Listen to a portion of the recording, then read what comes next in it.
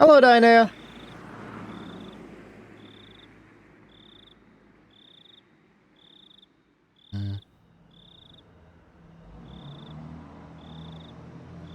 So busy today. More moving?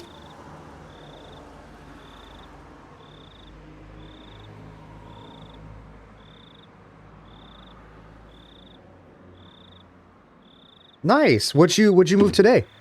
Okay, let's continue.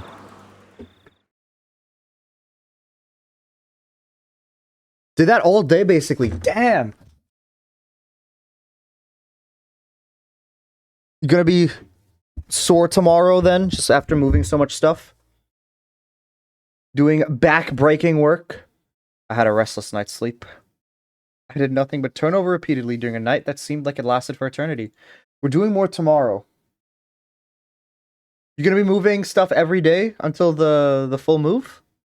Even then, I eventually fell asleep at some point, not realizing how high in the sky the sun had risen. Basically, okay.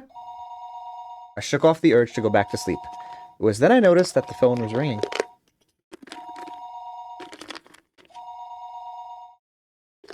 Oh, he didn't do his report, did he? His check-in. The time was almost 10:30 in the morning. Oh no, it's in the morning.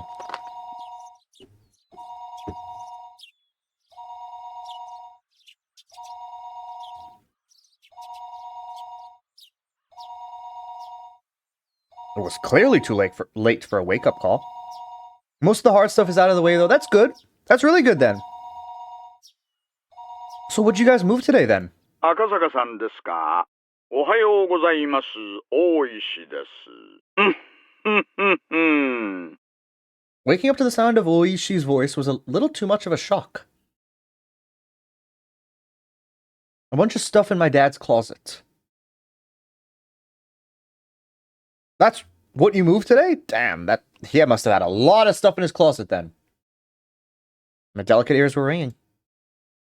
It was full of damn. Did he, does he use any of it? Or if it's just in the closet? But thanks to the shock, I was suddenly wide awake. どうも。おはようございます。ひょっとして今お目覚めですか? Finish Ferrari with 1 HP, 1 mana, hardcore mage, get fixed boy, no crafting, only chest loot. How long did it take you, Z? Also, welcome. まったくです。以後、気をつけます。あなたの眠気をもう一つ覚ましてあげられるかもしれない。 Damn! So you were doing that for a while then, if it's 3 months. Like, you were doing that since December. And a hardcore mage? So, you didn't die a single time? We also cleaned the garage a bit. Well, I mean, the garage in the new place or in the, previous place? Because if it's, you clean the garage a bit, then I assume you just move stuff out then? Yes, okay. 駐在所から届いた遺失物に興味深いものが混じっていたんです。遺失物？詳しい話はこちらにいらっしゃってからにしましょう。お昼前に来れますか？いえ、すぐに伺います。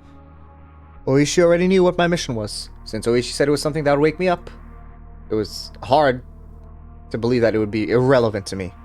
Yeah, there's a bunch of junk in our current garage. I see. Oh, okay, so you just threw some stuff out. Makes sense. How do you feel, Z, now that you've accomplished what you set out to do? So 1 HP, so you couldn't get hit a single time? And 1 mana. So how do you even cast things if it's 1 mana? Like, how is that possible to cast things? Honestly speaking, judging by the information from Sato-san yesterday, knowing that my cover... Is it me or is Della looking delicious today? How do I look delicious? What about me looks delicious?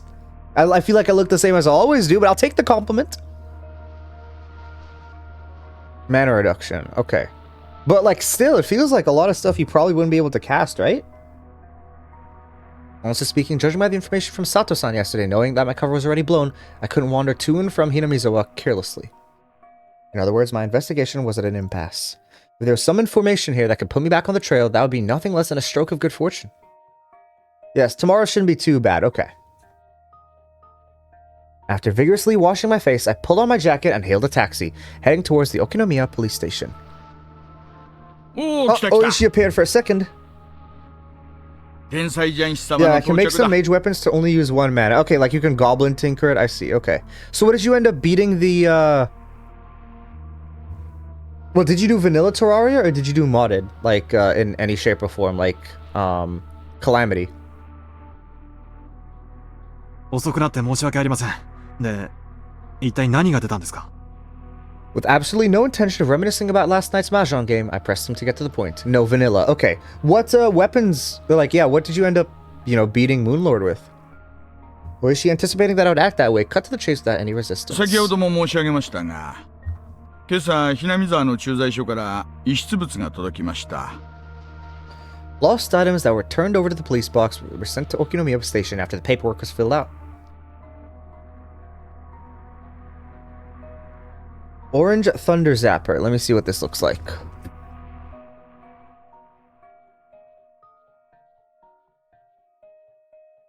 This is happening? So you know what's happening right now?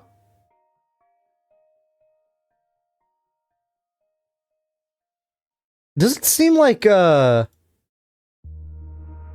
everything that's well, I know, sometimes you say like, oh, I forgot this happened. Or I guess no, Ruben is the one that says that usually.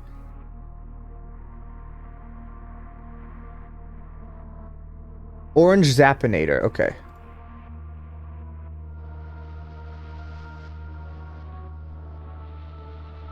Okay, yeah, this one seems better, but it still seems, not like the best, I think, or is it like pretty good? Yeah, he read it quite a while ago. Makes sense, okay. Well, she pulled out a plastic bag from the drawer and laid its labeled contents on the desk. 財布ですか？でしょうな。中には小銭はあってもお札はなかったもんなんで。スリが中身を抜いた後に捨ててったのかな。 I forgot Oishi's theme. Just think of smooth jazz, and that's his theme. 最初は。 I didn't understand how this wallet was so far removed from Tokyo could possibly be related to the kidnapping if it had drawn Oishi's attention. For a smooth man, a sleazy man more like. The weapon has a chance to deal 100 times damage. Oh, I see. So is it just random? Every time you shoot, it just like randomly will do more damage? If it had drawn Oishi's attention, it would have had to be something dramatic, like if the wallet belonged to the missing grandchild. That would be absurd. How's your mod coming along, Z? It's in time for a release date, you think? It's going well? Because you said in March, correct? The weapon has like 30 different random attacks. Damn, okay, that's kind of funny. Like something convenient would happen. It's cold outside. Yeah, it actually snowed. I didn't think it was gonna snow this winter, but like 2 or 3 days ago, it snowed. As I think I said it actually, when I was walking back from work, so it was great. It snowed in the winter this time, which it didn't do that. Yeah, I did say, because I remember talking with Ruben about it, because that he doesn't not seen snow. There was probably initials written on the wallet. Like the initials of Toshiki Inukai, the minister's grandson, T.I. Thinking at this point, I don't suppose that this wallet was something that could get Oishi so excited. Oishi, after putting on a pair of disposable plastic gloves, handed me a pair of the same. I didn't feel that this wallet was such an important thing, so I had my doubts about whether there was any point in putting on gloves. However, I didn't want Oishi's intentions to go to waste, so I put them on. The mod is nowhere near finished. Aw, it's okay. Eventually getting to it. Sometimes, I mean, hey, even the most famous games, the most popular games, the most sought-after games have delayed release dates, right? When it's a smaller team, you guys aren't doing this for any pay or anything like that. It's, GTA 6. Yeah, exactly. Exactly. So you don't need to be disheartened about it. Oishi opened up the plastic bag and pulled it out, showing me the back. As I'd imagined, there were initials engraved in there.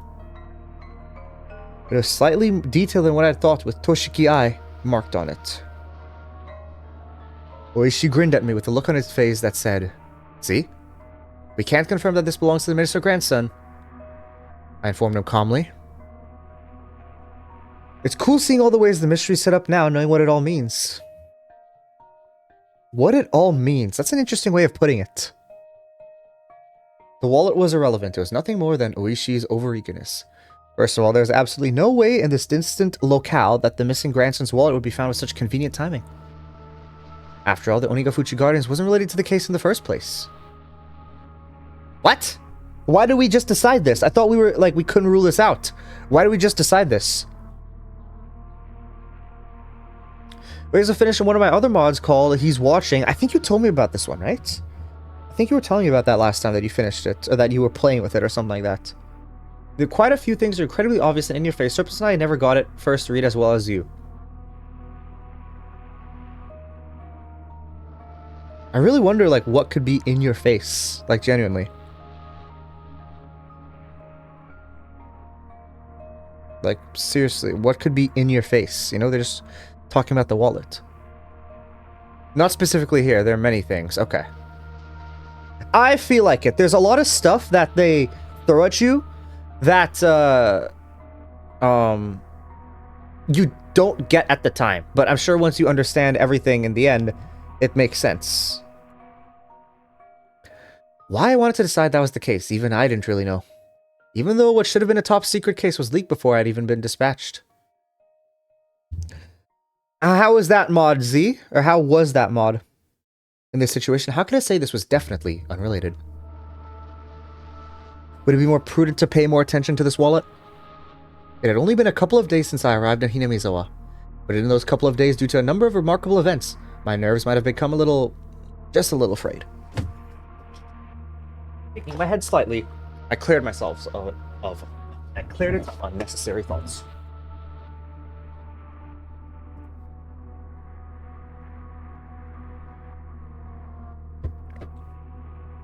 Oishi opened the wallet zipper, revealing the contents. Inside was small change and a number of crumpled receipts. Oishi from the jumble pulled out a folded card. Seeing that, my heart stopped for a moment. It was a card from a dental examination. The name Toshiki Inukai and the age. A perfect match. The dentist's location was in Tokyo. There's no need to explain any further. How far was it from Tokyo to Hinamizawa? It was far enough that taking the bullet trains and cars would still take several hours. Why would a wallet with a dental examination card from Tokyo inside show up in Hinamizawa? Could it belong to a tourist who came from Tokyo? Or maybe a villager on vacation to Tokyo just happened to pay a visit to the dentist. No, it had to have fallen into somebody's bag by accident. In my mind, I desperately struggled to find a possible excuse as to why this wallet didn't belong to Toshiki Inukai. It was as if it would just do for this wallet to belong to him. However, weeding out any possibility for error one by one, it's quite absurd. What, like the overall mystery? It feels that it is very convoluted, and there's a lot of stuff to it that most people, like everyone, probably would not come up with the ending of how it goes. Because I really don't know where this is even trying to lead us. Like, we still don't know. Like the stuff with Oishi. If he is connected to Hinamizawa at all. The fact that he is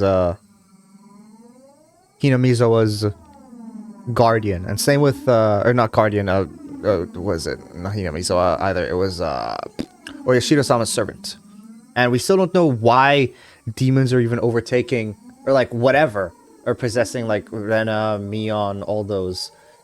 And there's still a lot of stuff that just doesn't fit well. Like, there's no explanation to them at all from the point of view that we've seen.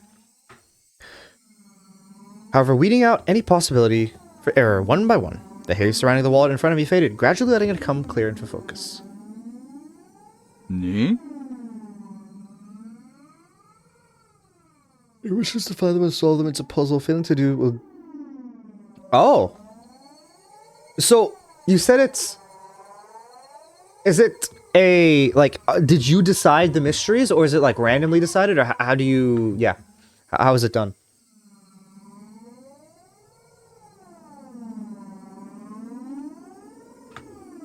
You don't know the tricks. Wahahaha. Tricks as in... The writer's tricks? Or just something else?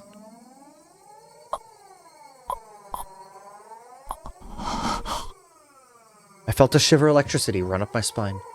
My pulse quickened and a thin film of sweat began to coat my entire body. From Oishi's point of view, I was probably slack-jawed and spaced out with a slovenly look on my face. この歯科には問い合わせましたか？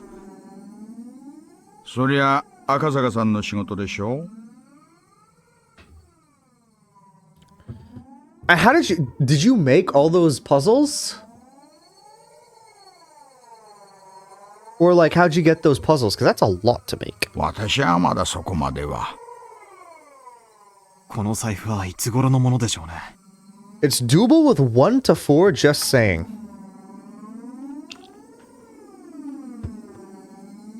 I don't even get, like, where you start. Because the thing doesn't even, like, no.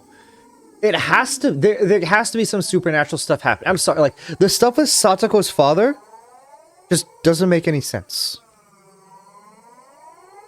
It just doesn't. And then, okay, I still don't get as well the stuff with the timeline and them, like, going back in the past and all that. Like, the Keiichi dies, and then he lives again. And then he dies, and then he lives again. Like, there has to be supernatural stuff going on. Like, I refuse to believe there's any...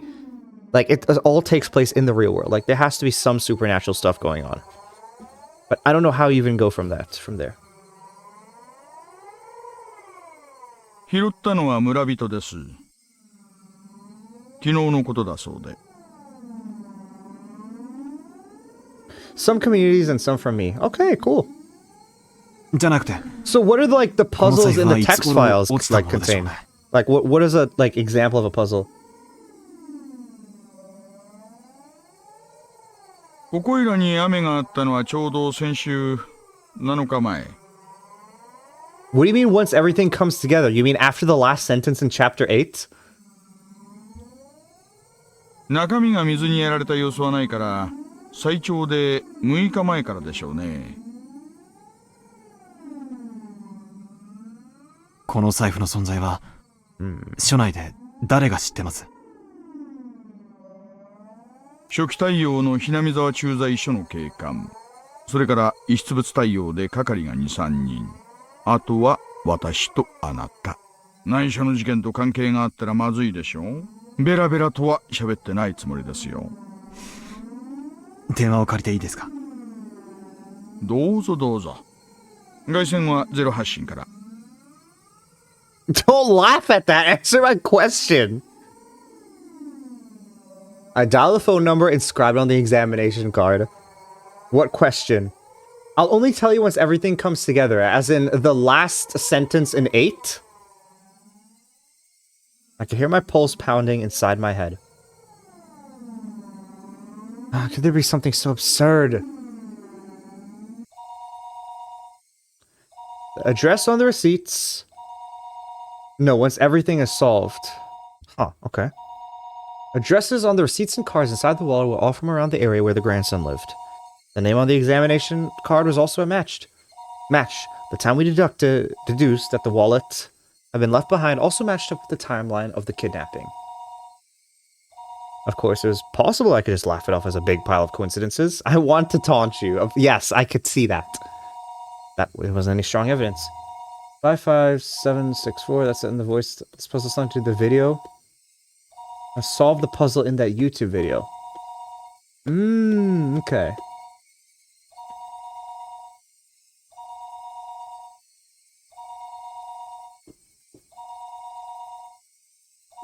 So, failing, you said solve them, and failing to do so will delete Tmod loader completely. So how long do you have to solve them? There wasn't any strong evidence. Rather than all this circumstantial proof, the contents of the phone call I was about to make would have much greater meaning. はい、お待たせしました。中川歯科です。どうも。こちらは沖宮署です。実は、お財布の落とし物がありまして、ご協力をいただいてもよろしいでしょうか。お財布の中に、そちら様の診察カードが入っておりまして、氏名は、犬飼俊樹くんです。カードの番号を申し上げますので、電話番号をお調べいただいてもよろしいでしょうか。ありがとうございます。お願いできますか。Still holding a receiver, I pulled out a notebook from my breast pocket with my free hand. I opened it up to the page with the grandson's address and phone number recorded on it. どうもすみません。はい。お願いします。I compared the phone number written in my notebook to that one that was being read out on the other end of the line. During that process, I spun around to look behind me uneasily. I locked eyes with Oishi. Like, you see, I don't understand what these chimes are. Like, these chimes are just randomly playing. I locked eyes with Oishi.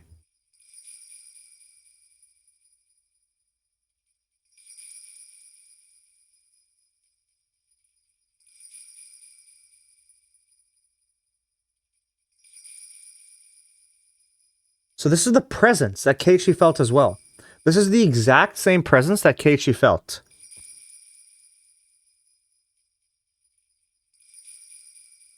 What role...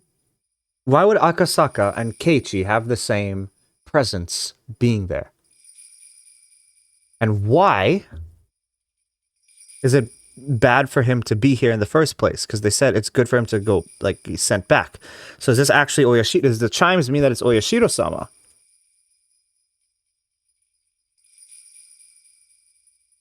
Because somehow Keiichi got possessed by it.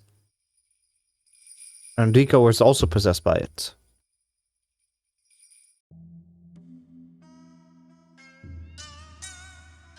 You have a total of 67 hours, and if you succeed, thank you, Z, for the :3.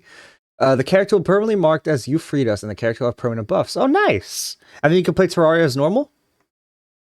That was because the person at the end of the line was reading out the numbers as if doing so straight from my notebook.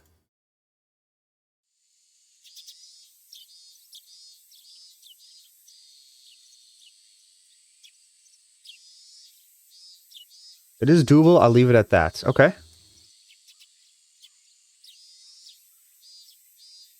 The stuff stored in a world. Oh, it's stored in a world. Okay. Like the... Wait, what do you mean the stuff is stored in a world? Like what exactly? Seeing that HQ was in an uproar thanks to my report. No matter how many times the authenticity of the evidence I had linked to the grandson was called into question, I could only respond that it was the truth. When the lead investigator first picked up the phone, I was grilled about the evidence I'd found that was almost too good to be true, if I do say so myself. But after having doubt after doubt dispelled, he fell into silence. The receiver was finally handed over to the section chief. When he picked it up, the background thrum on the other end of the line disappeared, and I knew it had gone completely silent. After asking the same questions about the wallet that the lead investigator did, the chief quietly spoke his next words. わかりました。こちらから何人か増援を送ります。Holy, this is the 1500-second song. 今日の夕方には到着できるでしょう。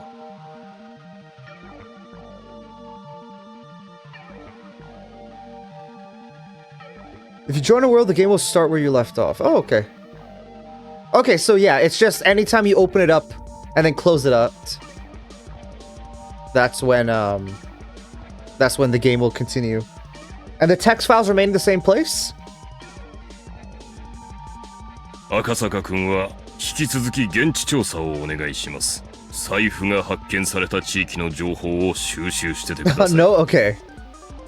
加納さんは何人か選んで現地へ直接。It will be randomized again. Okay, okay, makes sense. Yeah. The fact that he was sending Kano, the lead investigator here, meant that the chief had decided there's a possibility that the Onigafuchi Guardians were somehow implicit in the kidnapping. However, I felt as though until the lead investigator, whom he trusted, had verified the evidence with his own eyes, he was still going to be skeptical about it. どうでした？本庁から増援が出発するそうです。私は現地調査を命じられました。財布の落ちていた場所は高津戸のあたりだそうです。ここが沖宮。ずーっと行って、ここがひなみ沢。で、さらに上流にぐーっと上がっていくと、Oh, so you have to pass through Hinamizawa to get there? Oishi explained where the wallet was found by pointing to locations on the map on the wall. This place called Takatsudo was even more remote than Hinamizawa was. 高津戸界隈はほとんど民家なんかありませんよ。昔の廃村です。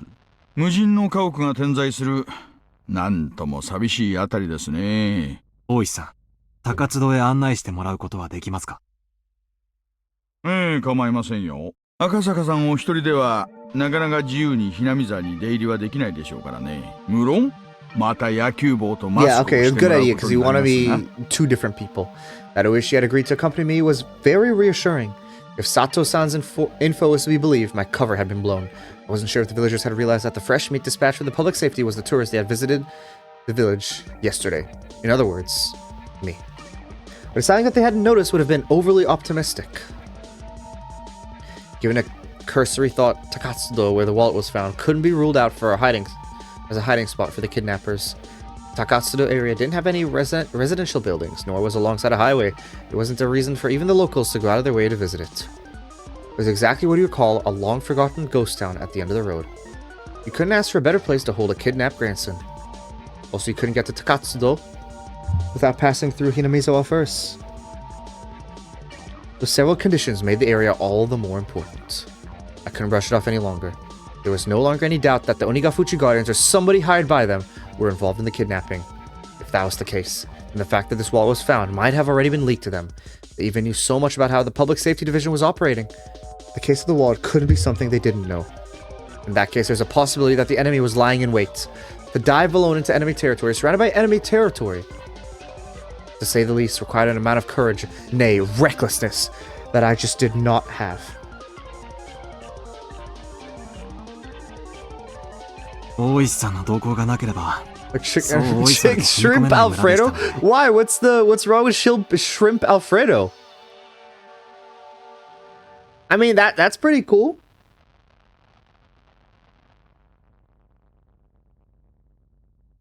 You know what? I'd say you actually went above and beyond. ご協力いただけて本当に助かりました。正直なところ、またお金を要求されるのではと思ってましたよ。He's gonna say, go easy on me, それは Mahjong. 正直を言えば、ひなみ沢なんか好き好んで生きたがはないですからね。運賃でも弾んでもらいたい気分ですが、でも一緒にタコを囲んだ友人の頼みとあれば断るわけにはいきませんしね。Oishi grinned as he pounded me on the back. It struck me that he didn't just want to jump ship rather than having any sort of sense of duty towards his job. Even so, that didn't really matter. Right now, I really appreciated the で gesture. は、早速出してもらえますか。If the enemy knew that the police had obtained the wallet, then they would probably have moved the hostage to a different place. There wasn't a moment to lose. But Oryo was saying it's time to let the child be found. So I think they know that all this is happening. So somehow maybe Oyashiro-sama is able to relay information to them. Maybe.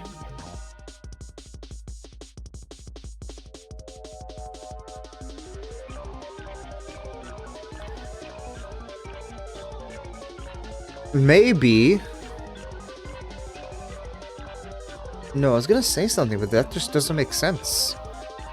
I was gonna say maybe it's like each chapter 1, 2, 3, 4, or 1, 2, 3, 4. Yeah, is when Oyashiro-sama takes control of Rena, Mion, Satoko, but then it doesn't make sense for Satoko.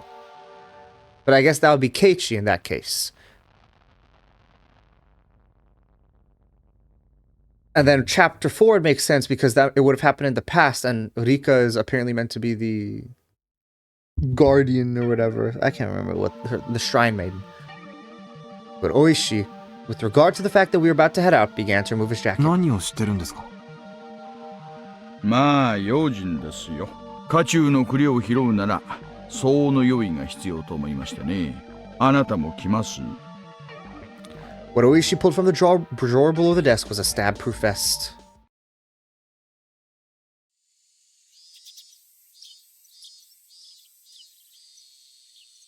His name was Toshiki Inukai, the grandson of the Minister of Construction, Inukai. There's only one reason for him being here. If you didn't include gym or art class, his grades were above average. That was a result of having private tutoring sessions twice a week. If you omitted the fact that he still couldn't do pull-ups, there wasn't much else that would make him hate school. Of course, he understood full well that his grandfather was a cabinet minister, but he also knew that not too many people that were interested in their relationship were that interested in their relationship. He didn't like to go out of his way to bring up his grandfather or to call him the Minister of Construction. And finally, he at least tried to know a little more about what kind of work the Minister of Construction did than your average Joe. What that entailed was that you tried your best to make life better for the masses. Sometimes you make a few enemies. He knew that all too well from the time he'd spent as a class representative. His grandfather had many enemies. He knew that he might personally catch some of that fallout, so he had to be twice as cautious. He was taught that by his parents. That's why the moment he was kidnapped, he instantly knew that this was one of those occasions. He understood that he wasn't being treated as Toshiki Inukai, as Toshiki Inukai, the grandson of the Minister of Construction. That he wasn't personally at fault, that this was the result of some unavoidable trouble with his grandfather's work. It made little difference, but when he realized it wasn't because of anything he did, he was able to relax, if only a little. Of course, at first he was struck with a terror befitting his age, wondering what was going to happen to him. But after a while, being tied up and only able to stay lying down, he began to ponder a great many things. First, he thought about the reason he was being abducted like this. He understood that answer too easily. He was taken hostage to coerce his grandfather, the minister. There's no doubt about that. He didn't know exactly what the Minister of Construction did, but it's easy to imagine there was much to be gained from threatening him. He respected his grandfather more than most. He earnestly believed that his own grandfather was within the top 20 of the most important people in Japan. That was exactly why he wouldn't forgive anybody who tried to threaten his beloved grandfather. More importantly, he wouldn't forgive anybody who would use him as a tool to threaten his grandfather. His grandfather was really busy and rarely had time to meet with relatives. That's why, with what little time he did manage to scrape together, he just dropped by unannounced. And as an apology for not being able to meet during the New Year's or summer vacation, he doted on his grandson very, very much. The number of times that Toshiki was looked upon with disregard just because his grandfather was a politician and a minister certainly weren't few. But he never thought that even once he wanted his grandfather to quit being a politician. Because it was his beloved grandfather, he wanted him to continue his career as long as possible from the bottom of his heart. However, Toshiki was being held hostage and his grandfather was being threatened. His grandfather, who called him the apple of his eye, was surely suffering. He might do anything to save his grandson, maybe even putting aside his ideology if it was required to save his grandson. He might cave into the culprit's demands if it meant saving his grandson. When Toshiki thought about that, an inexplicable anger welled up within him.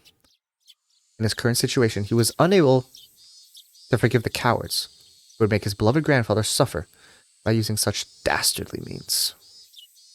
That feeling swelled up inside of him, displacing the fear. What he thought of at first was something any boy would imagine. Get out of these bonds, beat up the bad guy, and then hand them over to the police. Yep, that is a classic thing. Images of all the brave heroes of all the manga he had read passed through the back of his mind. In his imaginary scenario, he slipped his bonds easily, floating like a butterfly to evade his captors, then stinging like a bee to bring them all down. In the end, it was nothing more than his silly little fantasy, but with his vision obstructed and unable to see anything, it was something that he could get into more than any anime at the moment. In actuality, he was enjoying these little scenarios in his head for the long periods of time he was tied up. His captors hadn't really done anything to him that they would feel sorry for. However, eventually he began to grow tired of his fantasies, and more realistic scenarios began to run through his head. It was then he realized that none of them were a solution. Yes, he wanted to do something for his grandfather who was being threatened. That he was being held here to inflict pain on his grandfather was the thing that he could least forgive, and also the most vexing. Okay, I just realized that the blood and the philosophy that was being read out was most likely this guy right here. That makes a lot of sense because when you're seeing pitch darkness,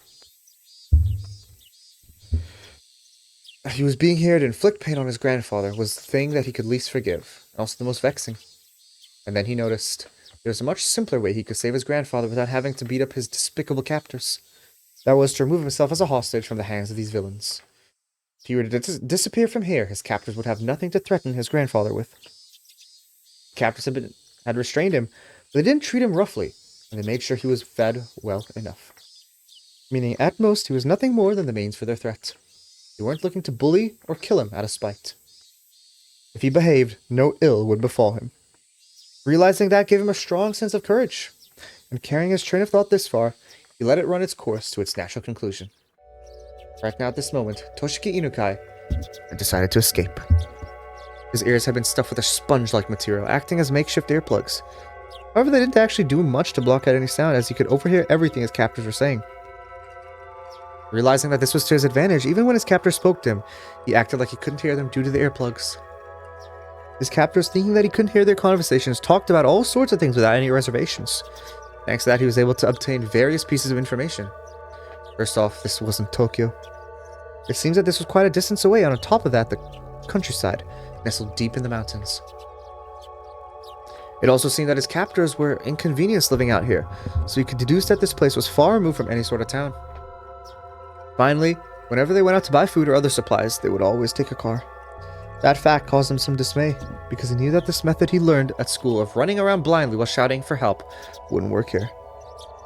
He paused his little mental escape scenario there. His ultimate goal was to find somebody who would help him. If somebody who fit that description wasn't close by, his chances of escaping successfully grew slim. A desolate, far-off land deep in the mountains. A place where he couldn't even go shopping without using a car. In this situation, escaping would be very difficult. He grew depressed, and after a little while, he returned to his original scenario. Imagining becoming a hero like in the manga he read, and beating down his captors became his respite. However, as he played those delusions out in his head, his heart, hating to surrender, continued to search for a way to escape. And then he thought of a way. If the goal was far away, then all he had to do was get closer. His goal, in a nutshell, was to find somebody who would help him out. In other words, somebody other than his captors. If he faked being sick, then his captors would have to take him to the hospital or bring a doctor to him. He would probably be reluctant to do that, but he already knew that the hospital was more important than anything. In the off chance that something happened, like him dying, occurred, it wouldn't be able to threaten anybody anymore. Luckily, he had an experience that would make him fake a serious illness. At the end of last year, he was inadvertently involved in a car accident and had to undergo surgery. The scar from that surgery was still clearly visible on his lower torso. He recalled the pain and suffering from last time. The existence of that experience would make a huge impact on the realism of his performance. He was quite confident in his ability to fake an illness.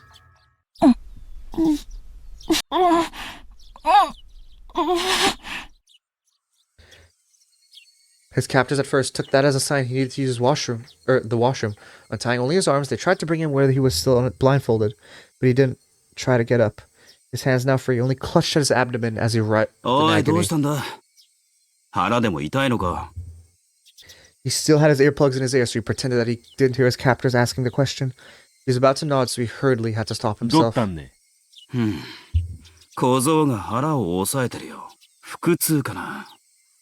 His captors looked down on his suffering form for a bit. One of them proposed a course of action, while another laid his doubts that Toshiki might be faking it. どったんね。腹痛むんかい？そいつ、耳を塞いでるから聞こえてないぜ。参ったんな。腹痛に効く薬なんかあらんね。薬局行って買ってくるか。腹痛って言ったっていろんな薬があるだろう。症状がわからないうちはいい加減な薬は買えないぜ。Yeah, that's right. 腹押さえてるし。便秘やん。便秘薬でも買ってくれば収まるやんね。間違って飲んでも死なんしな。決めつけるなよ。盲腸とかかもしれないだろう。俺のおじさんがさ、あれはかなりビビったぜ。One of the captors leaned over beside the boar, who bent over in agony. かわいそうにな。全身汗だらけじゃないかよ。Wow, he is really acting. 腹か？痛むのか？おいおい、痛むんならあんまり抑え込んじゃかえって悪いぞ。Realizing that his captors were concerned about his stomach, he inadvertently let his shirt right up, letting the scar from the surgery come into plain view. His vision was still obscured with packing tape, so he couldn't see their reaction to his scar. But his captors were taken aback, and judging from their momentary silence, he had obtained the reaction he was looking for. おい、やばいぜ。この手術跡、そんなに昔のものじゃないぜ。その小僧、熱出てるんかいね。体温計あるん？あるわけねえよ。でもすごい汗だぜ。おでこは結構熱いと思う。Dude, there's no way he's faking his forehead being hot. 緊張状態が続くとさ、昔の傷なんかに応えたりするって聞いたことあるぜ。じゃあどうすんよ。薬じゃ治らんちゅんてんか？何の手術跡か知らねえけど、とにかくまずいだろ下手すると命に関わるぜ。まずいんて。これ本当にまずいんて。医者に見せた方がいい。このままじゃ突然ぽっくりいっちまう可能性だってあるだろう。Toshiki Inukai, with those few words, knew that the situation was progressing exactly as he had envisioned it, and snickering to himself on the inside, pressed his act even further. He didn't even need to see to know that his captors were panicked and were running around like chickens with their heads cut off at this troublesome turn of events. 診療所を連れて行くか。そりゃまずん。先生を連れてくる方がいいね。入江の先生か？いいのか？大丈夫か？人質に何かあったらまずんね。しゃあない。緊急事態やん。One of the captors hurriedly left in the car.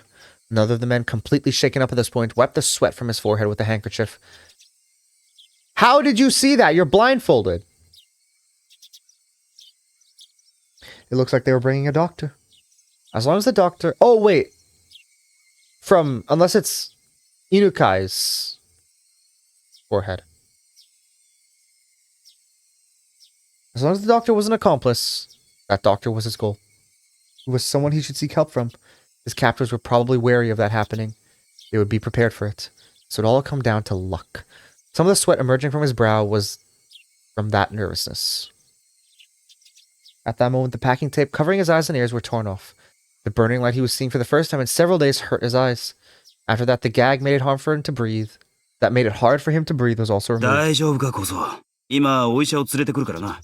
しばらく我慢してろな。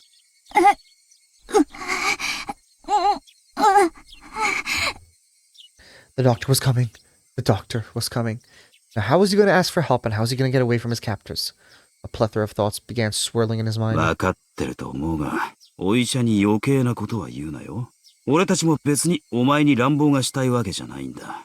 そりゃ分かってるよな。Toshiki Inukai nodded while feigning pain and obedience. His expectations and the enemy's expectations. Whether they doubted he was faking his illness or not, they knew what his goal was, and would try to stop it. His stomach contracted from the stress of this gambit, making it seem like his stomach was really starting to hurt.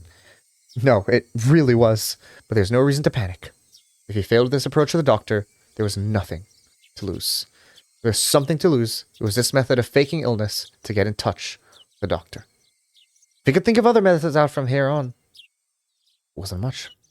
But at the present, this was the easiest and most dramatic way he could think of. The more he thought about it, the more it looked like this was his first and last gambit. Eventually, he heard the sound of a car approaching once again. That fast? The sound of the car's doors being hurriedly opened and shut. The sounds of several footsteps approaching. A young man in a white medical coat. As he acknowledged the boy, a suspicious look showed itself on his face. 彼は村の子じゃありませんね。 The captors didn't respond. From the looks of it, the young doctor had realized that this was an abnormal situation. One of the captors talked threateningly. 先生には関係のないことです。For a while, the doctor and the captor silently glared at one another. However, unable to stand the sight of the boy continuing to suffer, the doctor, as the captors had hoped, didn't press any further. その古い手術跡というのが気になります。何の手術でしたか？そりゃわからないです。本当は診療所に連れ帰るべきなんですがね。先生、そりゃさすがにちょっと。The doctor said he wanted to bring the boy back to the clinic, but the captors silently shook their heads at the notion. It was a fleeting hope, but it was only natural that the captors would refuse. At that moment, his eyes met with the doctor's. Seeing that the boy's painful state was abnormal, the doctor suspected it was a serious illness. 大丈夫ですか？私は医者です。この手術跡はいつ頃のものですか？去年の冬に事故で。事故？そうですか。参ったな。He couldn't let the doctor figure out that he was faking it here. He had to somehow figure out some way to keep this going and to tell the doctor he was being confined and needed help. 患部を少し触りますよ。痛むところがあったら言ってくださいね。Seeing that it was extremely painful, the doctor crossed his arms and began to ponder. He had to somehow get himself to a hospital. For Toshiki Inukai, faking this illness was the performance of a lifetime. Okay. So we have the police officers trying to make their way over here, and Shiki Inukai faking ええ his 皆さんもご苦 injury. 労さんなことです。おついでしょうが、せいぜい頑張ってくださいよ。不法投棄のダンプが現れたらすぐにご連絡ください。急行いたしますのでね。ご協力、感謝しますよ、大石さん。どうぞ。A gap wide enough for a single car was opened in the barricade. Oishi, showing his gratitude, or perhaps a threatening attitude, with a short beep on the horn, rolled the car forward through the checkpoint. This time, my appearance was the very embodiment of the word suspicious. A baseball cap, mask, and sunglasses. I made a diagram in MS Paint. What's the diagram? On top of that, even though it was sweltering, I was wearing a hoodie. Any respectable police officer would be loath to not stop me for questioning. I had meant to be overcautious, knowing full well that my face was known. But it might have already been too late for that to have any use. Using that as an excuse, I doffed the unbearably hot hoodie and windbreaker, ripped off the mask and hat, and threw them in the seat behind me. ありゃいいんですかこんな小細工したところで、どうせ割れているでしょうから。そりゃまあそうでしょうな。Or is she probably thinking that my unexpected behavior was funny, continued to laugh. Are you planning to do 2 today? I think so. Unless this lasts like really long, but I think I plan to do 2. Beautiful and pristine scenery of Hinamizawa spread out before me. The village itself would have been quite beautiful if it weren't for the complicated circumstances surrounding it at the moment. I would absolutely love to take Yukiya here for a drive one day. Come to think of it, I didn't get a chance to call her last night. I played around with the idea in my head. But in reality, this village wasn't all sunshine and rainbows. I heard everything at the prefectural headquarters. At the heart of this village, the intelligence network that the 3 families wielded was, due to blood ties and regional relationships, unbelievably well organized. Their nets spread not just around Hinamizawa itself, but encapsulated the entirety of the city of Shishibone as well. When I first heard that, somewhere in the recesses of my mind, I didn't take it completely seriously. How could a local organization out in the boonies here have something so grandiose? I couldn't deny that somewhere in the back of my mind, I had ridiculed the thought. Not only were they threatening the minister, but they had demonstrated they had complete grasp on our movements, which were supposed to be top secret. They're almost like the secret police that control a small Eastern Europe country, like in some spy novel. The villagers here wouldn't bat an eye at getting their hands dirty if it meant fighting the dam project. I also heard something like that at the prefectural headquarters. Now that you mention it, when I first arrived here, Oishi also said that this place was a war zone, didn't he? The residents of this village were, at the same time, freedom fighters. Although, by definition, they were no different than guerrillas or a militia. They weren't protected by the Geneva Convention, but they also didn't have to adhere to those rules either. This place was more of a quagmire than any legitimate battlefield. A secret war was unfolding. I could drive along because Oishi was with me. But if I was to leave this car for even something as trivial as looking for a vending machine, there was a chance I wouldn't return. Even though a single shot hadn't been fired, this was a battlefield. Now, the reason why bullets weren't flying was simply because it was hard for a civilian to obtain a gun in Japan. So they're probably just equipped with weapons other than guns that were easier to obtain. That's why Oishi was wearing that stab-proof vest, wasn't he? But you decided not to wear the vest? 赤坂さん、緊張してます。The fact that I was apprehensive was, of course, picked up on by Oishi. He already figured it out. There was no point in trying to deny it or hide it. もちろんです。敵の本拠地にたった2人で乗り込んでいるんですよ。この人数では万一の時が不安です。万一の時But do police officers carry guns in Japan or no? 大丈夫ですよ。この村の人間すべてが敵ではありませんでしたか。全員が口裏を合わせれば、この村で白昼堂々殺人が起こっても証拠一つ残らない。そういうところだと聞いていますよ。This was what the ironclad rule of not barging into a Yakuza office alone was about. If there wasn't a neutral party involved, That area wasn't bound by the laws of common sense. If something had happened, you wouldn't be able to prove it, and there wasn't anybody who would take your side. It was pretty much the definition of poking the bear. ひなみ沢地区へ向かうと同僚に言い残してますしね。万一の時は無線機もありますし、赤坂さんが怖がってるほどね。そう簡単には完全犯罪はできませんよ。まあ、もちろん油断をしないに越したことはありませんがね。赤坂さん、緊張しすぎですよ。前にご一緒してた時の方がリラックスしてらしたじゃないですか。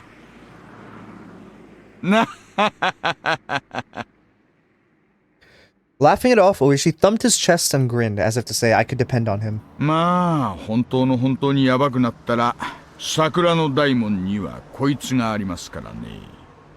Oishi made a motion by sticking out his index finger. It was undoubtedly the image of a gun. Okay, so they do carry guns.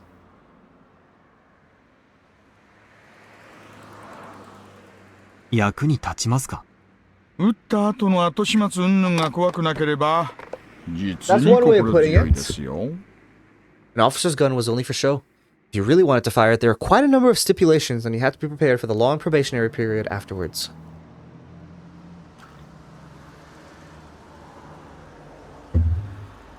That definitely wasn't worth it. So even if an officer did unholster a gun, there wasn't one who actually wanted to pull the trigger. 赤坂さんは持ってるんですか？これ。まあ、一応。撃ったことは？ありますよ。訓練で、ですがね。そりゃそうでしょうな。なら大石さんにはあるんですか？私ですか？まさか。あるわけないじゃないですか。You know, Dainea, Oishi reminds me of you. Every time you, like, a question gets asked, or, like, you just, like, say it, you just start laughing. Well, instead of giving an answer. Just laugh it off, like, if like, everything is the funniest thing in the world.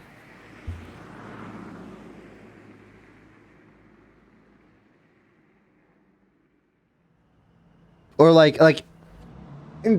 instead of dodging the question by saying stuff like, I don't know, you just laugh. Yeah, just laugh.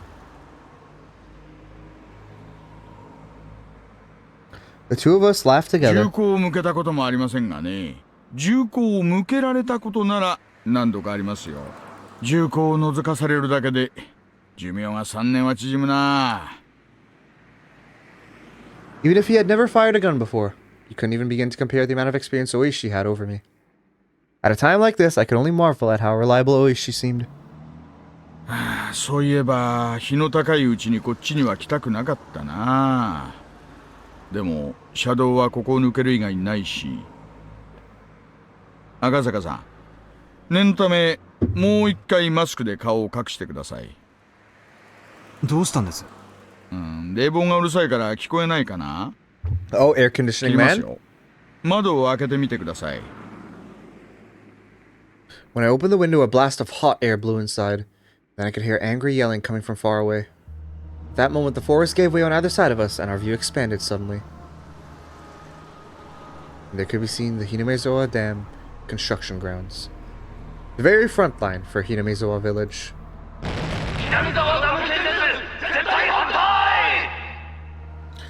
The cackling blare of someone's voice sounded over an enormous loudspeaker. The roar of angry voices continued to rumble.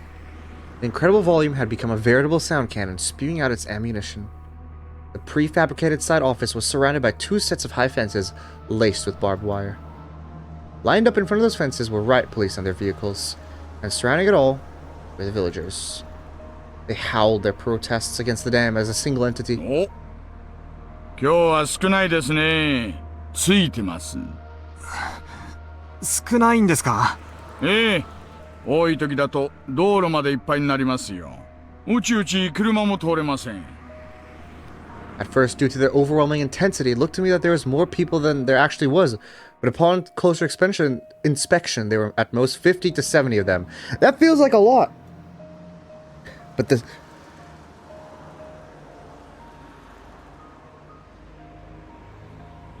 But the 6 or 7 propaganda trucks lined up that looked like they belonged to a band of thugs were a strange enough sight. The villagers were also wearing helmets and bandanas, as well as covering their faces with masks, adding to the oddity of it all. The propaganda trucks, after braying their chorus, had their volume turned up even higher and began to flood the area with sutras.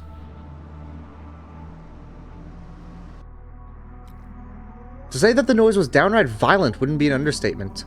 From this distance, it was still this loud. The glass in the office was probably rattling from the noise. あれをガンガンやられるとたまんないんですよね。昨日の連中、全員耳栓してて、それでも耳がおかしくなるそうです。気の毒な話です。騒音規制でなんとかできないんですか？うちの県には騒音規制に関する規定ね。それにほら、お経でしょ？宗教活動規制できないし。What?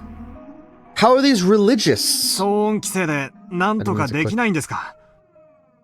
Wait, how is this religious? 連中も頭いいんです。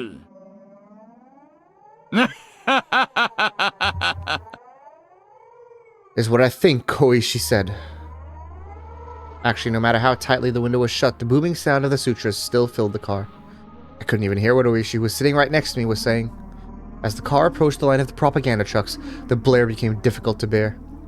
It wasn't enough to just plug my ears with my fingers. I had to hold my head to keep my skull from splitting apart.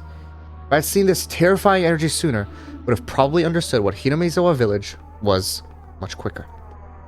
Now I knew they wouldn't blink an eye at sacrificing themselves in order to protect their own hometown. Ugh, so goddamn noisy. Shut up! My head throbbed, and I felt like it was going to split apart. My eardrums crackled, and on top of it all, I felt like I was going to throw up.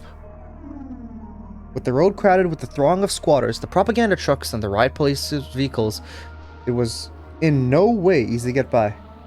Even if you tried to shoo the squatters with the car horn, they were also wearing earplugs, oblivious to the noise from the outside world, and wouldn't easily move the car. The car could only inch forward at a snail's pace. Even then, the car eventually got through, starting to leave the tumultuous noise behind. ほら、昨日一緒に麻雀やったメンツにお年寄りさんいたでしょ。覚えてます？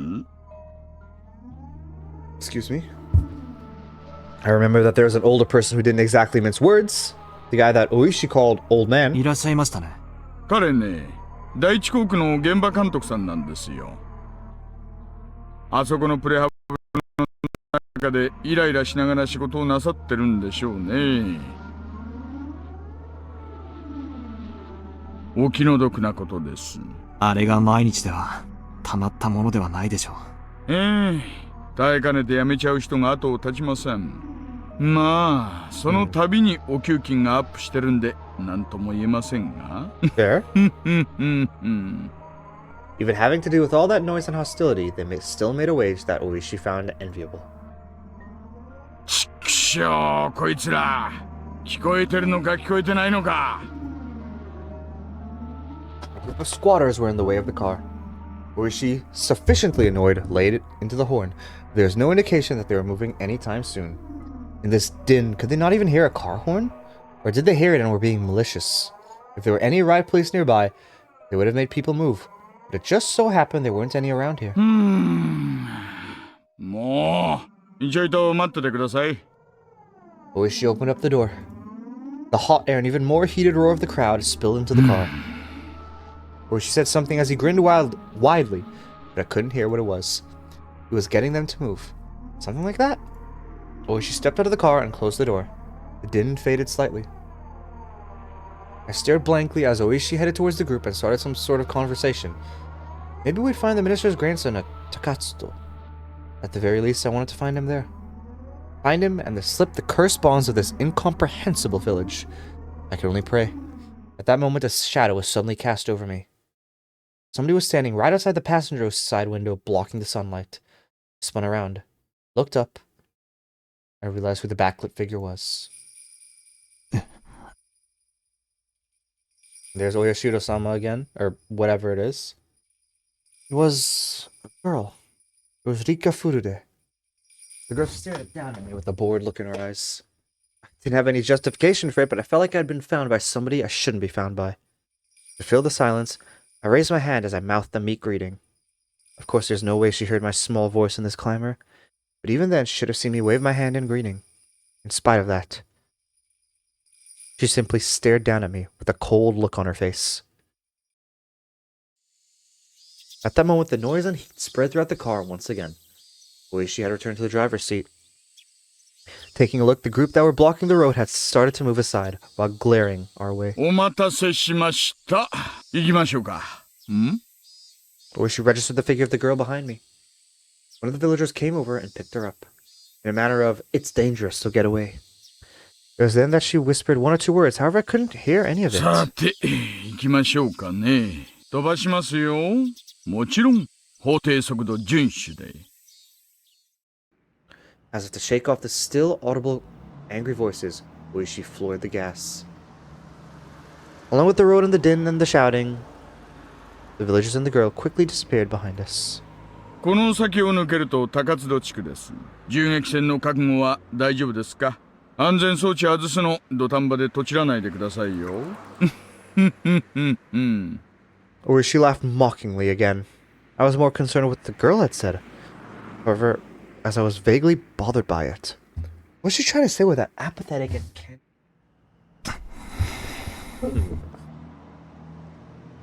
今から緊張したって仕方ないですよ。むしろ収穫がなくて勇み足って可能性だって十分にあるんですから。But there was no longer a way to confirm what the girl had tried to tell me. It might have been that the girl who warned me to go back to Tokyo again or something was saying to me who was here now, ignoring that warning. 警告したのに、バカなやつ。I had the feeling she said something like that. What? Rika? Where'd your legs go?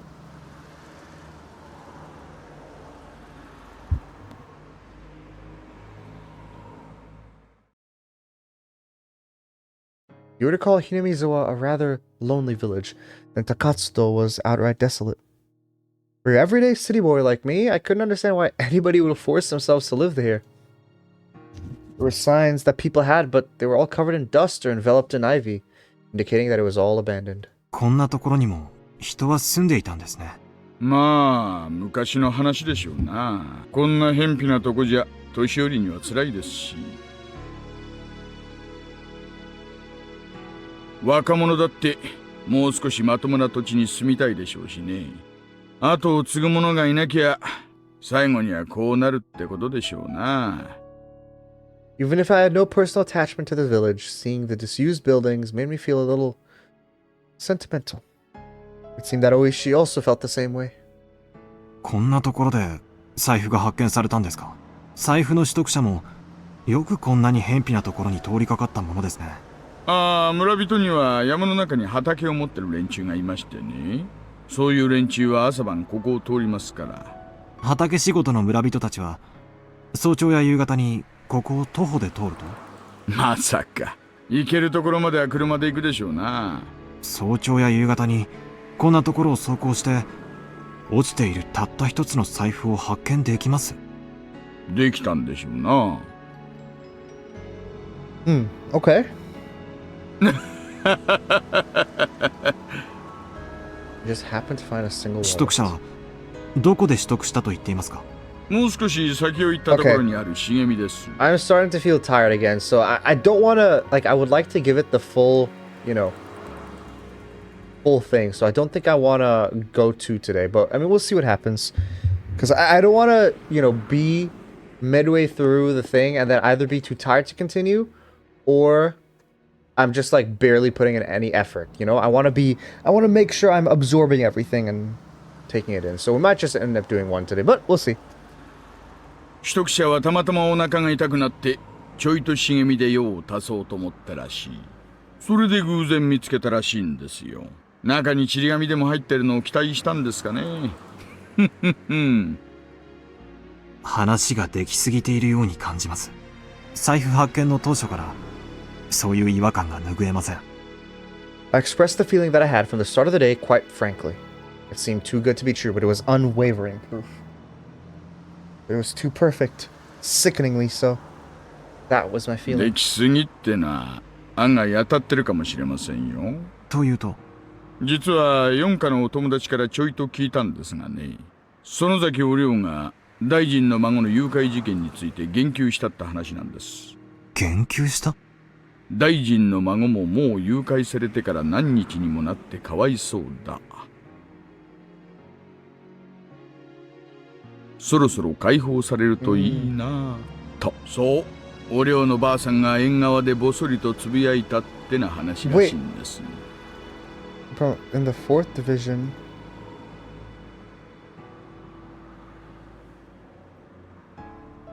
How? How did we hear that? で、そのぼそりが園崎家の Unless 裏の Sato 裏 is のあちこ also ちに a 伝え police られている officer, よう and で that's す。 who he's referencing. Right, I'd heard something earlier from Sato-san, the informant. That's where the leader of Oryo had a concern somebody in the family would be considerate. つまり、それは、実質上の人質解放命令ですか？私はそう見てます。この出来すぎの財布発見は孫を警察に引き渡すためのイベントじゃないかと。どうして人質の解放を？そりゃ人質を解放するなんて理由は一つしかないじゃないですか。なんです？取引の成立ですよ。ひなみ沢ダム計画の中止を大臣が約束 Oh, okay. って Wait, こと but ですか I ね。 thought the dam project was going to be halted in a year from now, though. ダム計画なんて必ずなくなっちゃいますのです。 At that moment, those words that the girl had said resurfaced in the back of my mind. In the end, it was turning out exactly as she proclaimed. The young girl knew the circumstances. She knew everything about this kidnapping incident from the beginning to the end. 赤坂、 The girl unexpectedly called my な name. んだい？東京へ帰れ。あ？あなたはもう幾ばくもしないうちに Will woefully この regret 村に coming 来 to た this ことを village. ひどく後悔することになる。 I don't know if Yukie can get affected during all this. それがあまりにもみすぼらしくて、今のうちから警告してあげているのです。どうして私が後悔することになる？いちいちうるさいな。あなたの親は、 Hmm. あなたが赤信 Okay, どうして this is 危 the ないの same stuff 引 from っ張るです。 before. まずつまりはそういう I'm こ gonna と。 just skip through this because this is the thing we saw yesterday. 赤坂の子は孫は無事見つかるでしょうが、その後はいろいろと厄介な問題になるでしょうな。どう厄介になるかは一警察官の私には想像もつきませんがね。フルでリカって少女、ご存知ですか？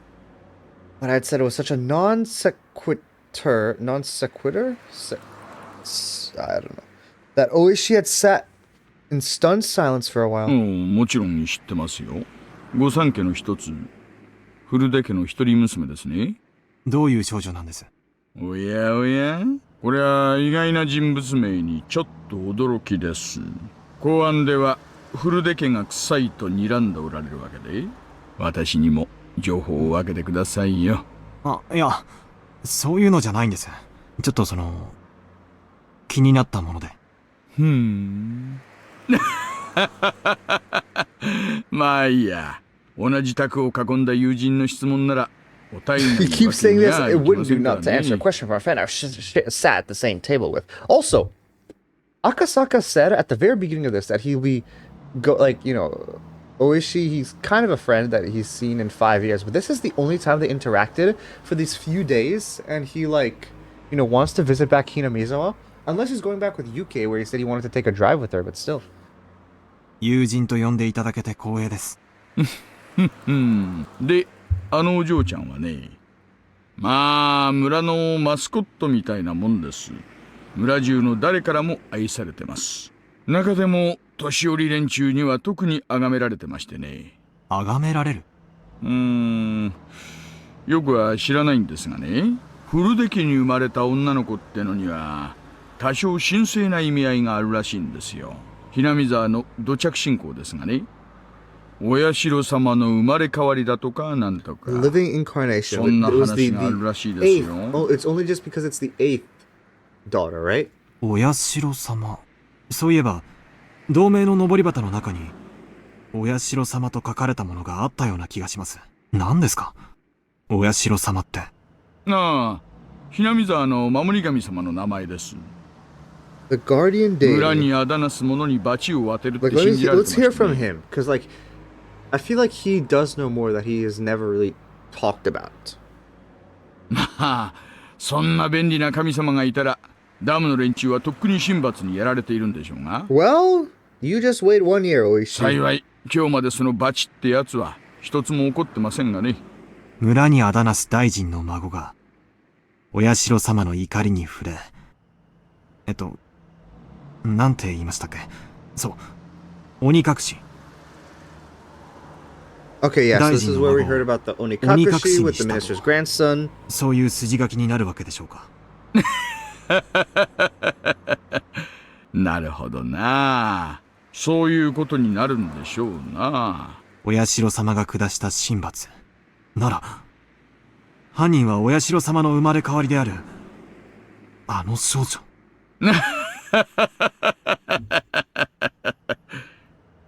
Even I didn't know exactly what I was saying. The fact that Oishi laughed it off was a bit of a relief. Oishi's joyous laughter was so infectious that I began to laugh like an idiot as well. ありゃ、こりゃ珍しい。 Oishi, after laying into the horn several times, rolled the window down and leaned out, waving his arms in an exaggerated manner. There's a car headed the opposite way. So now we haven't run into any other cars except our own. Of all places is at this desolate location. It seemed that Oishi knew the owner of that car. The other car also chirped its horn and came to a stop. 入江の先生。 It is Irie. So is he taking the child? こんにちは。 The other car's window rolled down slowly, revealing a young man in a white overcoat.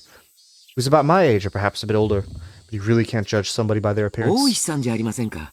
こんにちは。 So he is in that area. 珍しいところでお会いしますね。そりゃこっちのセリフですよ、先生。まさかこんなところで会うとはね。どうしたんです？いえね、ちょっとした往診です。ありゃ、そうですか。休館とかでしたか。いえ、そんなに大したことではありませんでした。よかったですよ。お医者の世話にならずに済むなら、それに越したことはないです。It feels that Irie arrived a lot shorter than it took for them to reach there. They had a long では conversation. これで。急いで戻らないと、スタッフに怒られますんで。診療所長さんも大変です。ではでは、お気をつけ Oh, so he て。 is the head of the clinic. Okay. The young doctor named Irie, after gesturing his farewell, drove forwards and soon disappeared around a corner. Ueshi also drove forwards but came to a stop again. He pulled out a worn map book from the dash. His expression didn't have an ounce of irreverence. He was perfectly どうし serious. たんです？今日は、診療所は往診の日じゃないはずです。よっぽどの休館か、特殊な事情のある患者ということになりますね。The clinic shouldn't be making any house calls today. They have specific days they make house calls? I thought it's a clinic, you know? She flipped through the pages, opening the map to the map of Katsubo. After that, he took a look around and started to figure out what our current location was. その休館が怪しいということですか？言ったでしょう、高津戸地区にね、住んでる人なんてほとんどいないんですよ。今私たちがいる道はここ。入江先生はこの道に対して、Having no sense of our surroundings, I couldn't digest anything about the place he was indicating on the map. 私たちは財布の取得場所を目指しています。ちなみに取得場所はここ。でもね、高津戸地区にわずかにある民家に向かうには、そもそも道が違うんです。つまり、入江医師は民家のない方角から来たと。I mean, yeah, it definitely seems that they're... So I wonder if the kidnappers are going to be there, or if they're going to disappear. Like, if that's the case, then we might, like, you know, get some people, you know? Like, I don't know. Like, capture them, take them into custody. 人が倒れて医者が呼ばれたら、普通は連れ帰って詳しく調べるもんです。でもさっき理恵医師は、大したことはなかったと言いましたね。車には、他には誰も乗っていなかったようですし。Oishi didn't say anything more than that. I also said nothing more. The doctor just now examined a patient. Close by. Only that. The noisy radio had suddenly gone quiet. The sky had suddenly turned an oppressive color. As Oishi mused that it might start to rain, a torrential downpour started, as though trying not to disappoint him. Eventually, Oishi stopped the car. The only sounds to break the silence were the percussion of the rain on the roof and the soft squeak of the windshield wipers. ちょいと静かで行きましょうかね。 Saying that in a quiet voice, he exited the car without an umbrella, careful not to make any noise. Oishi leaned over, indicating the other side of the thicket. He was pointing to a prefabricated shed and a car that was parked beside it. The car looked obviously well cared for. It wasn't a vehicle that had been left there for several years. あの小屋は営林署の機材小屋です。夏場以外は利用されてないと聞きました。あの車は営林署の職員の。さあね、公用車には見えないですね。Oishi was playing it cool, but my nervousness was gradually increasing. 一応は念のため。 Saying that, Oishi returned to the car. I thought he was going to get an umbrella, but he had grabbed the onboard radio instead. もしもし、大石です。聞こえてるかな？こんにちは、こんにちは。はい、沖宮 PS。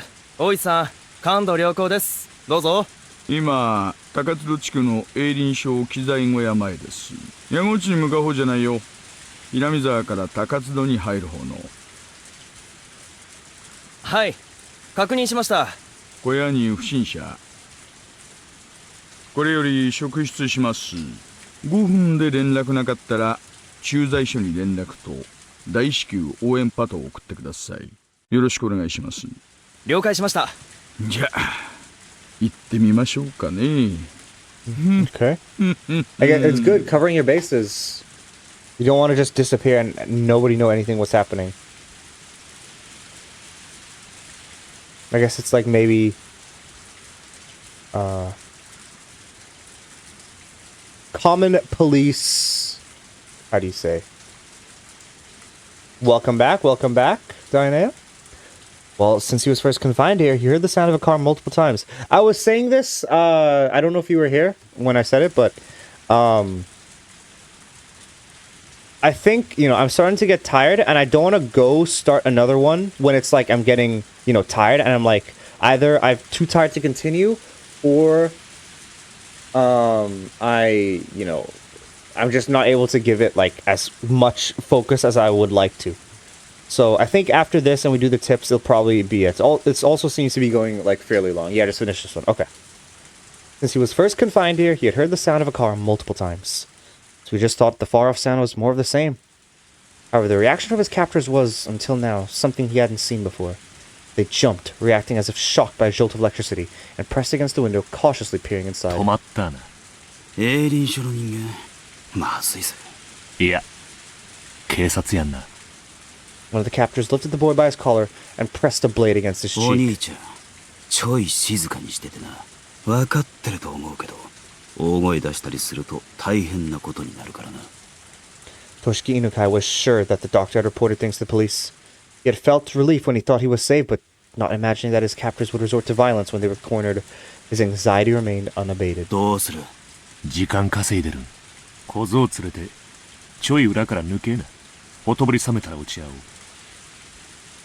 One of the perpetrators grabbed the boy by the collar and forced him to stand. Of course, Toshiki Inukai tried to resist by feigning that illness had been aggravated by this rough treatment, but his captors paid no heed. Bang, bang, bang. The door was violently banged upon. ごめんください。こんにちは。 Bang, bang, bang, bang. The door was banged on again. Toshiki Inukai hesitated for a moment to respond to that voice by yelling. However, while he was being decisive, his mouth was covered, taking that option away from him. The leader of the captors waved at the other to go. The younger perpetrator nodded in response, and while keeping the boy's mouth covered, started heading towards the back door. Well, we know that everyone here makes out alive. We know that Akasaka alive. We know that Oishi is alive, and we heard from other people that there was a kidnapping and the boy made it back without safety. So we know that. But what is going to happen to the other two perpetrators? I don't know. はいはい。何かご用かいね。どうも、警察ですがね。ここ、ちょっと開けてもらっていいですか。急な雨で、困っちゃいましてね。ええ、今開けますん。The moment the lock was undone, Oishi forced the door open, and with a gleam of menace in his eyes, he pushed the man aside as he stepped into the room. Then in the small and empty room, he was able to quickly discern that the boy he was looking for was nowhere to be あ seen. れ私はここは営林署の機材倉庫だって聞いてたんですけどね。なんにもありませんね。There was nothing inside the room that would indicate this was an equipment shed. There was only a mountain of blankets indicating that somebody was sleeping here, alongside empty food packets strewn about. ああ。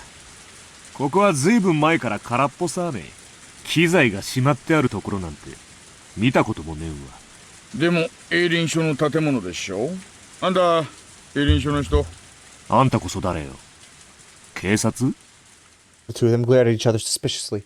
Both Oishi and the man steadfastly refused to reveal their identity before the other did. The man, judging from the sharp look in Oishi's eyes, realized that it would be hard to talk his way out of this one. No matter what he said, the most time he could buy would probably be only a few dozen seconds. Only the sound of rain filled this tense moment. This time they heard the sound of a struggle from far off. Oishi had a hunch. There was no doubt that Akasaka, who was circling around back, had run to the perpetrator who was trying to slip away. As Oishi thought that, the man in front of them reacted a moment faster. The man swung with an attack that was more intended to obscure Oishi's vision rather than actually hit him in the face. Seizing his opportunity, the man aimed a kick at Oishi's groin without any hesitation, but he missed his mark and was unable to land that critical blow. The man trying to pin Oishi grabbed him by the base of the neck with both hands and fiercely tried to push him down. But as Oishi fell backwards, as if kicking the man upwards, he dug his foot into the man's midsection. The fat old man! Let's go, Oishi! With the leg acting as a fulcrum, the man was flung by the falling Oishi as if by a circle throw. The two of them squared off in the pouring rain. 面白いじゃないの。俺とやろうってかね。Oishi, as if trying to cheer himself on, grinned smugly. He then stood up while brushing the mud off himself. Even though he countered the assault, Oishi was getting up rather awkwardly compared to the man who he threw, who swiftly sprang to his feet. When did this song play again, Dianea? The song that's playing right now? Oi-san! Hayaku! Akasaka's voice ran out from the distance. Judging from the distress in his voice, he was already engaged in a fight and wanted Oishi to reconvene with him. But Oishi's hands were full as well. 赤坂さん、申し訳ない。ちょっと待っててくださいよ。 The man raised both his fists in a stance that hinted at him being acquainted with the karate or some other form of martial art. Of course, Oishi, as an officer of the law, was decently versed in judo. He'd also had the moxie to have been through his fair share of fights before. Because of that. You could tell that the man in front of him was quite a bit better at fighting than he was. Ah, damn it! Thinking that this was going to be easy just because the order came from the Sonozaki family to release the hostage had been a big mistake. 1500 seconds, yeah, probably is it. 久々に胃液がこみ上げてくる感じがしますよ。 Oishi's fighting with his jacket in his hand like that? Damn. Oishi played off the situation like it was no sweat. His opponent, seeing this attitude, took to mean that Oishi wasn't going to go down so easily. The man wildly charged forward, attempting to grab Oishi. If the man managed a successful clinch from his low stance, Oishi would be tackled to the ground and end up being mounted. It was something you saw often when children fought, but it was really bad position since you couldn't do much once you were in it. Oishi responded to that move, also lowered his stance to collide with the man head on. So why is this the second time we see things from Oishi's perspective and Akasaka's? I feel there has to be a reason. The first was the mahjong, and now this. The moment they clash, Oishi grabbed the man's lapel. As he yanked the lapel upwards, he smashed into the man's solar plexus with the elbow of the same arm. It was a move from Oishi's own personal brand of brawling judo. He then grabbed with his own free hand and attempted to throw his opponent with both hands. But the man lowered his center of gravity and swung his arms in a large arc, entwining them with Oishi's. Not only that, but he had forced both of Oishi's elbow to the outside, and Oishi, now in an awkward position, was in danger of exposing his back with his hands still clutching the man's chest. This guy practiced Aikido or grappling, didn't he? Oishi, cursing the fact that his fingers were twisted into the man's shirt and couldn't get away, released his grip, but he was still in the awkward position of being bent over. And to top it off, at 0 range, the man was able to read Oishi's movements completely as he tried to squirm his way into a better position, and then took the palms of his hands and swiftly clapped them over both of Oishi's ears. I'm pretty sure that's a way to, like, get people completely off balance, right? Clapping the ears of any other martial art, except for self-defense, was basically forbidden. Karate and Judo didn't recognize this as a legal technique. It was that much of a simple and dangerous attack. Oishi raised both his hands as he tried to reflexively clutch at his own ears. Before that could happen, the man wrapped his arms around Oishi's neck. His thick biceps clenched firmly around the base of Oishi's neck like a vice.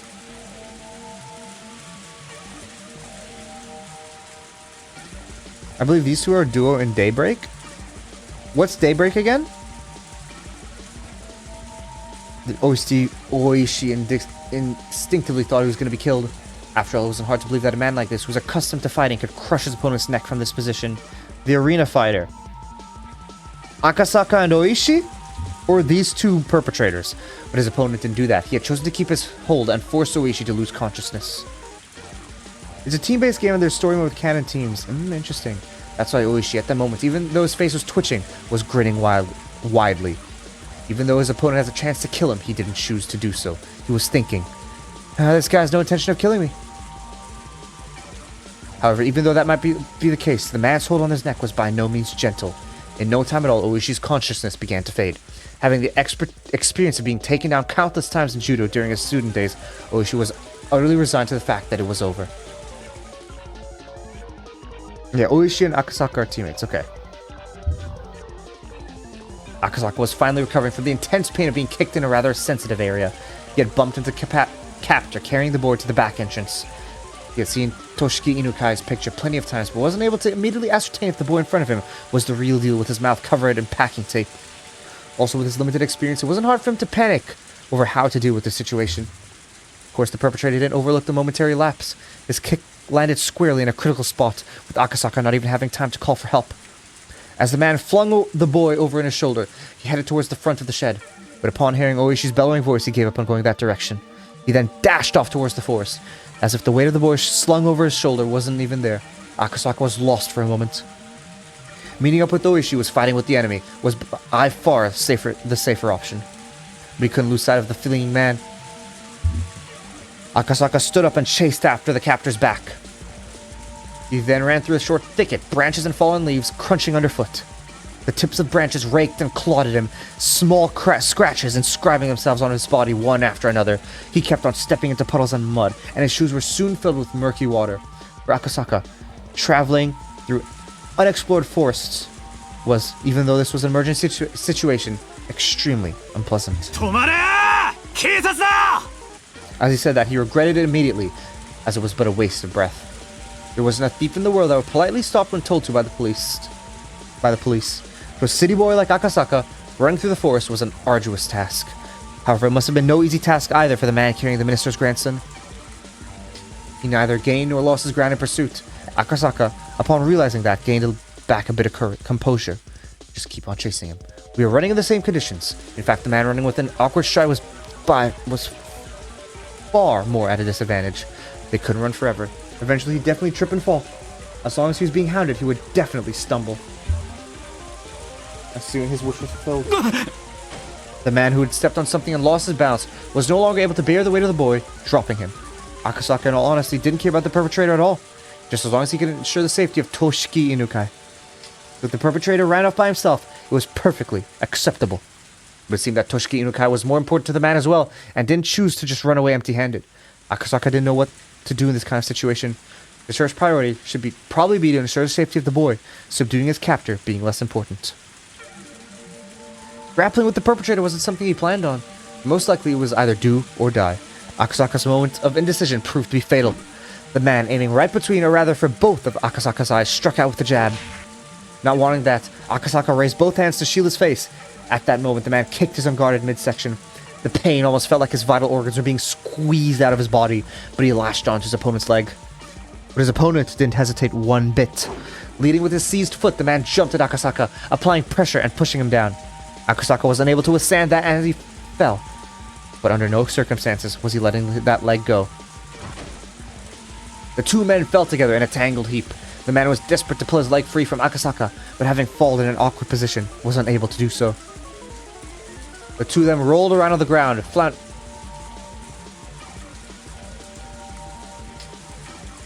This area seems familiar. Wasn't this where Keiichi went for some reason? This feels like the catacombs area.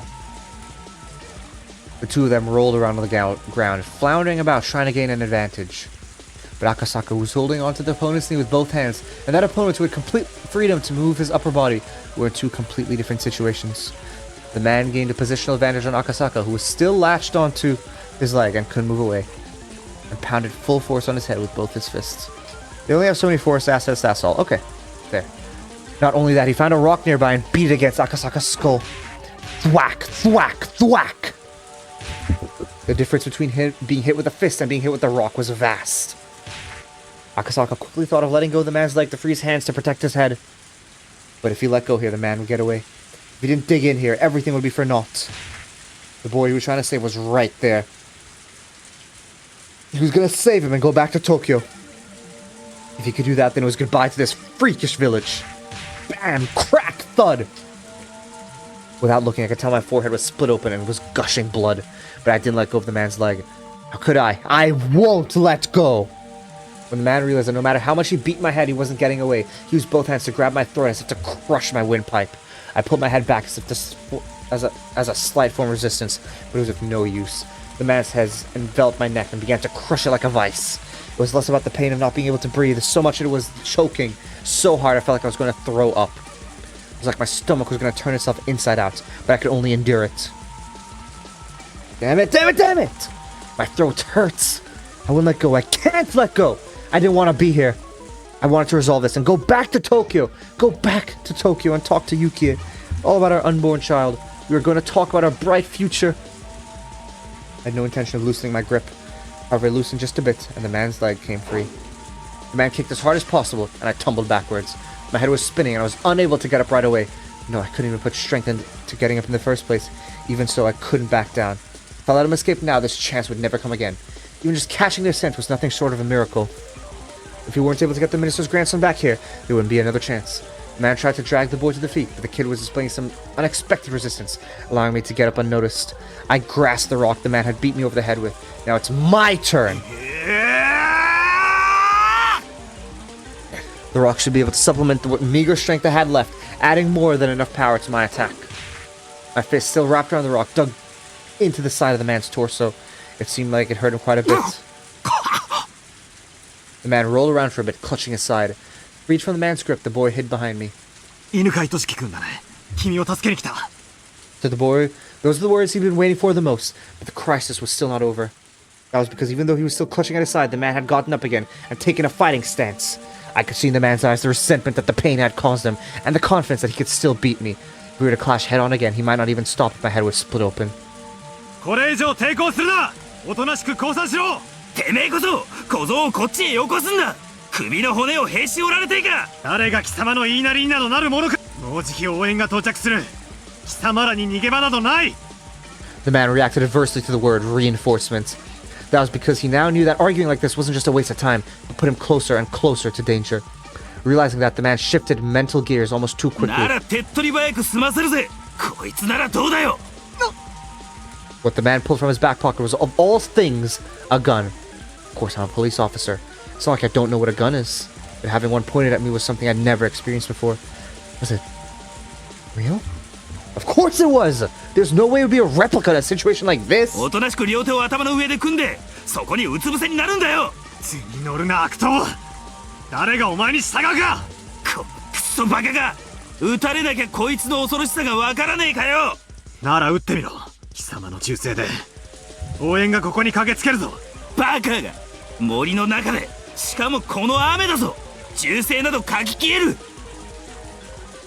As long as he still held that gun, no matter how much I yelled at him, I was at a distinct disadvantage, but I still had a fighting chance. If I were in his shoes, instead of wasting time yelling at each other like this, I would just shoot him and take the boy. That way was the fastest and would suppress any sort of further resistance from him.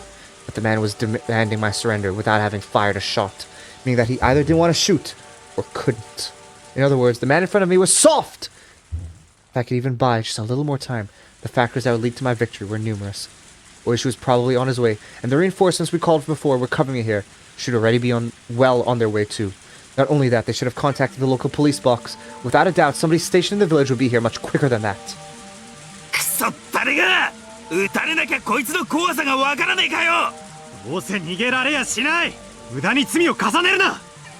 At that moment, I heard the rustling of foliage and heavy footsteps approaching. If Oishi was coming here, it was a new ball game. The man couldn't have more than one gun. I thought that time was on my side, but I failed to even imagine that the enemy could also have reinforcements.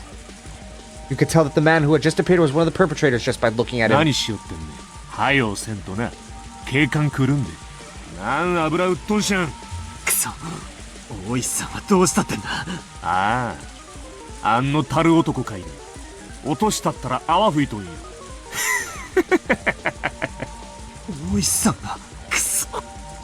That boy, sensitive to the impending danger, curled up behind my back. How could this be? Damn it!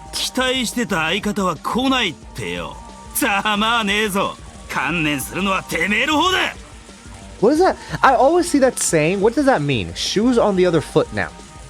Like, usually sayings like have some, like you can derive some literal meaning out of it. But the shoes on the other foot, I don't get how, you know, that makes sense in any shape or form. As I backed up against a large tree while still protecting the boy, the second man also pulled out a gun.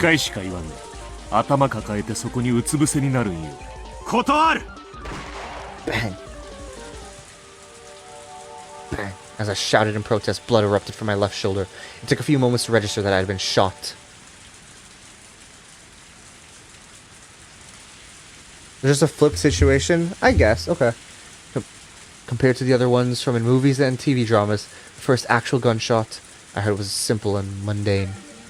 In fact, the sound was more akin to the small fireworks I used to buy from the corner store as a kid. There's no comparing the pain. It was a fear you only knew after you've been shot.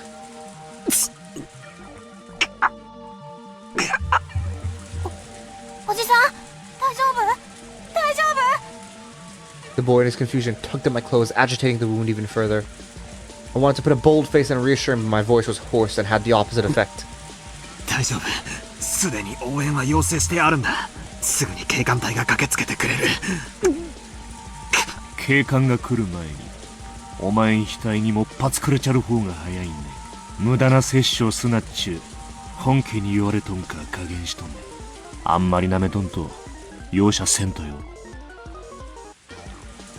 This was bad. It was very, very bad. The second man was a complete different beast than the first. He had no signs of indecisiveness or mercy. If this man said he'd shoot, he'd shoot. He wasn't somebody that a man like me could buy time from. I really hated to admit it, but at that moment, the image of Yuki's smiling face crossed the back of my mind. I knew what that meant. I was warning myself not to throw my life away over a matter of pride. Of course, I didn't want to die here. I was just starting a new life with Yuki, and I wanted to see the face of our soon-to-be-born child.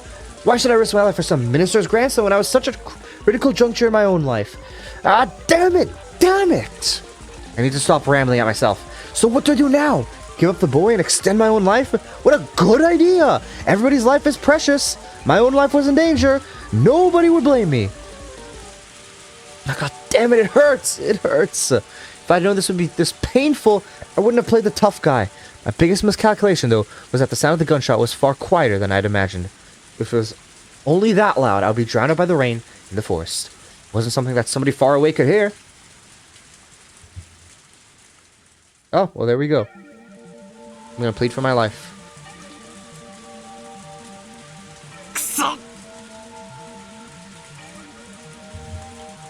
I think in that position, let me think what I would have done.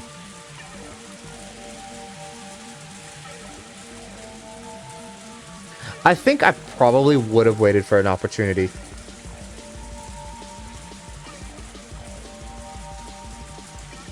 Yeah, I probably would have waited for an opportunity. 待てよ待ってくれよ死にたくないよあんこっちだって死なせとうない。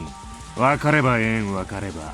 撃つなよ撃つなよ帰りを待ってる妻がいるんだ死にたくないんだよ叫ばんとでも歌んねえ。おとなしゅう頭抱えてうつ伏せになったら歌んだるね。本当だろうな本当だろうな約束は守れよ絶対だぞ男と男の約束だぞ守ったんだ。男と男の約束しやよ。守れよ守れよじゃあうつ伏せになるからな約束守るんだから銃を向けるのやめろよやっぱ撃つ気なんだろ撃つ気なんだろ俺がうつ伏せになったら後頭部を撃つ気なんだろ歌んね歌んねわーったしまってる銃はしまってる。男と男の約束しやねえどんねこれなら文句ないんて。ええ極めて文句ないですよ。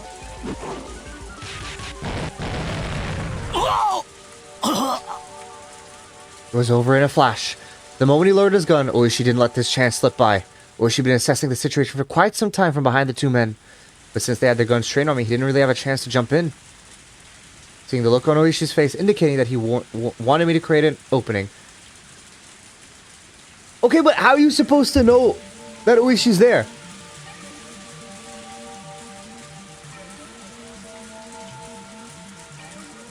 Like, how you... When making the choice, they don't say that Oishi's there.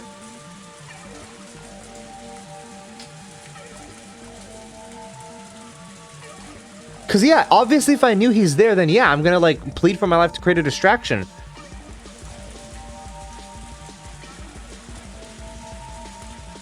He was running? But... It says that Oishi was there for a while. Like, Oishi had been assessing the situation for quite some time from behind the two men. So, and the way it's implied is that Akasaka saw Oishi there, which is why he had this conversation, like, why he decided to talk in the first place. But if Oishi wasn't there, like, I don't know, this doesn't make sense to me. Like, how you, like, the choice... If it, like, said, oh, okay, Oishi's there, and then, you know, talk, then I feel like, you know, you would have more context on what's going on. Oishi forcefully lifted the arm that was holding the gun. He then took the gun from the man's hand only in an instant. I think the choices are added in post. I guess that also makes sense. That is also true.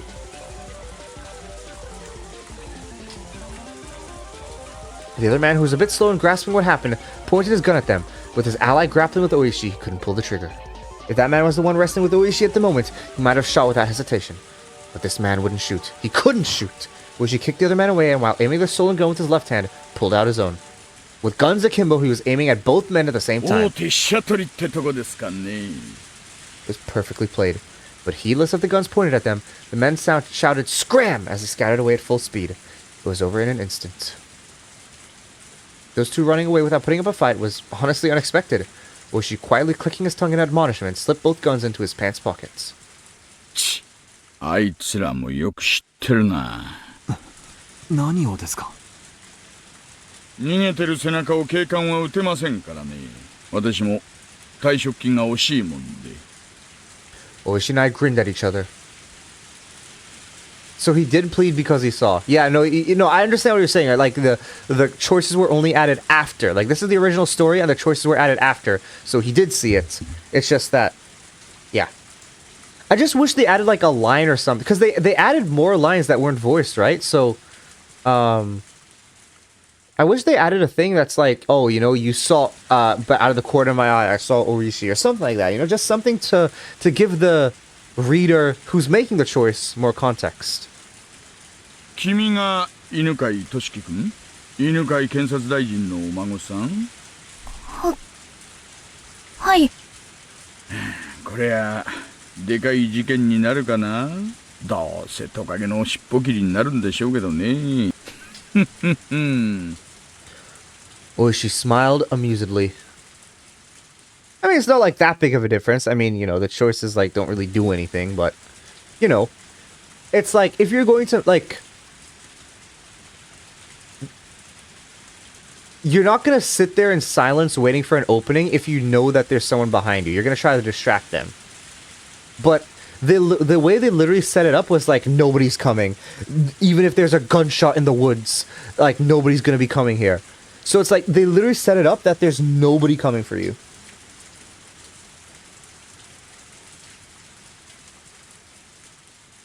The other choice, you would have just gotten shot and died. Okay. The fact that the Onigafuchi Guardians, or rather the Sonozaki family behind them, was pulling the strings was apparent, but proving it wouldn't be easy. With apologies to Oishi, the incident was unlikely to go public. If this caused an uproar, it would obviously lead to the minister losing his office. The HQ having decided that doing so was in the natural interest, this would probably be cleaned up quietly. It might be a rough way of saying it, but this was born in the shadows and was going to die in the shadows.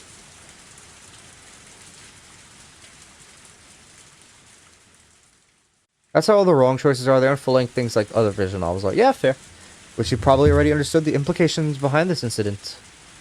とにかく非常線を張らせましょう。連中まだ一丁は拳銃を持ってるようですからね。それから犬飼君を保護して赤坂さんはすぐに病院に行かないと。As the tension in the situation faded, the pain from the gunshot wound in my shoulder blossomed once again. My forehead was also stinging painfully, and I had grown hot enough to start a fire. Thinking that the tension had caused me to sweat, I wiped my forehead.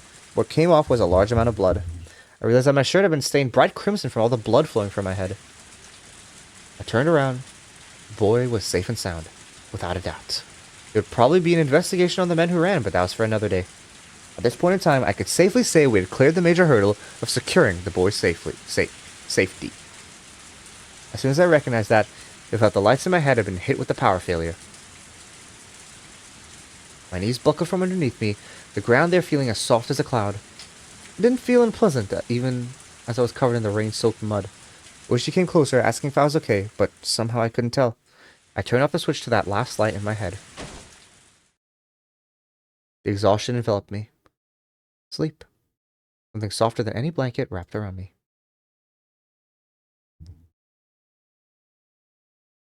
That was almost 2 hours. That chapter, that segment.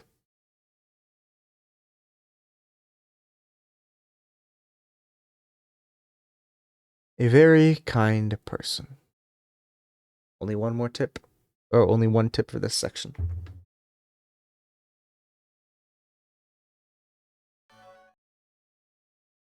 Yeah.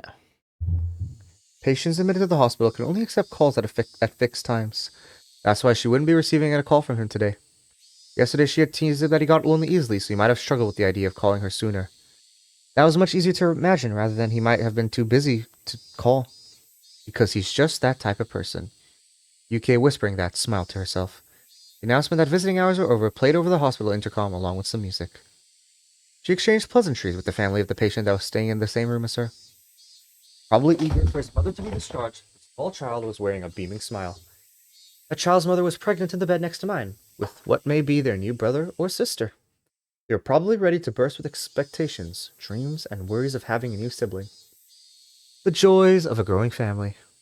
Bathing in those warm feelings, I stroked my own belly, which had grown quite large. I talked with him about how many children we wanted to have. We talked about if we had 3, we would certainly be lively.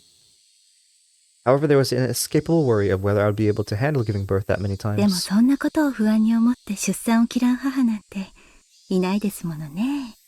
UK, smiling as she said that to herself, gently stroked her stomach. The Metropolitan Public Safety Division.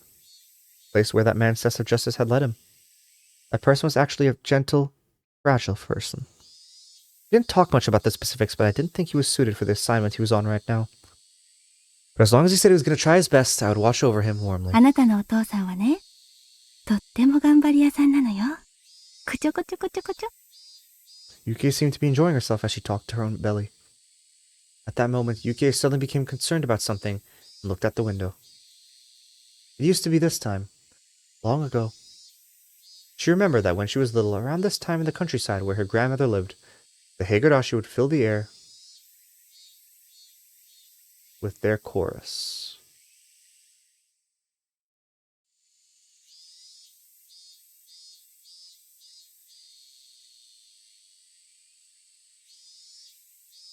where her grandmother lived.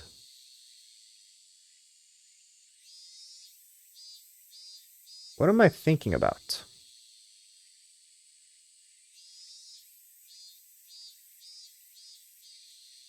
Well, I'm trying to remember if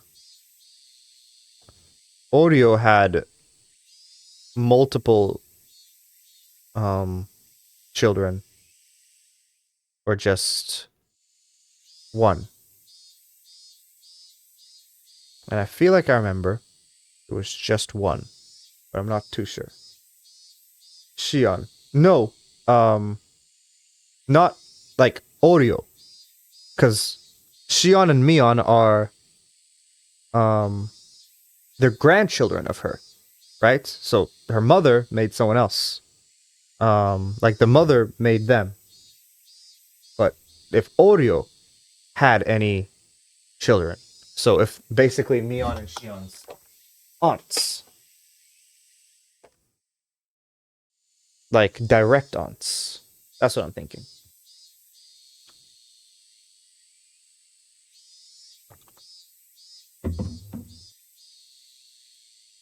But who else is old in Hinamizo? Well, a lot of people, but not important people.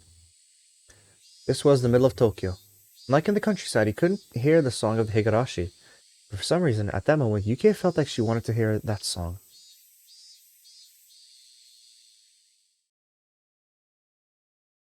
But no, that's not the case because...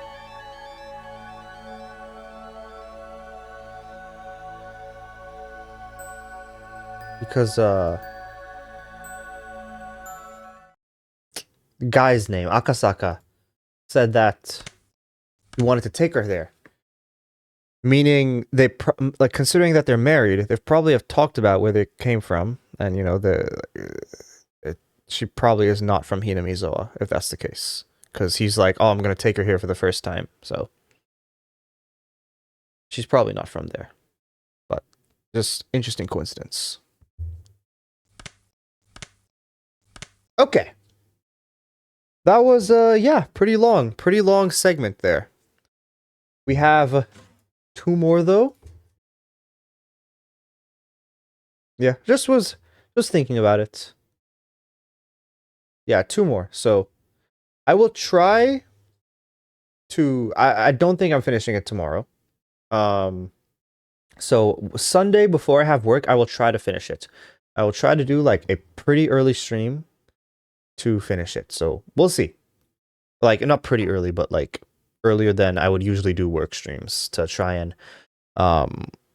work day streams to try and get it. But yeah. I'm gonna go sleep now. Thank you for everyone who stopped by. The questions is over. It's almost over. Very close, very close. Oh, then questions is over. Yes. Then it will be. And be taking a break from Higurashi for a bit to let everything simmer. And then can go from there. To have... Once the questions will be done, we can go to answers and have our questions be answered. Whoa, crazy. All right, yeah. Well, thank you, everyone who stopped by the stream. I appreciate it, and I'll be back with more Higurashi When They Cry tomorrow.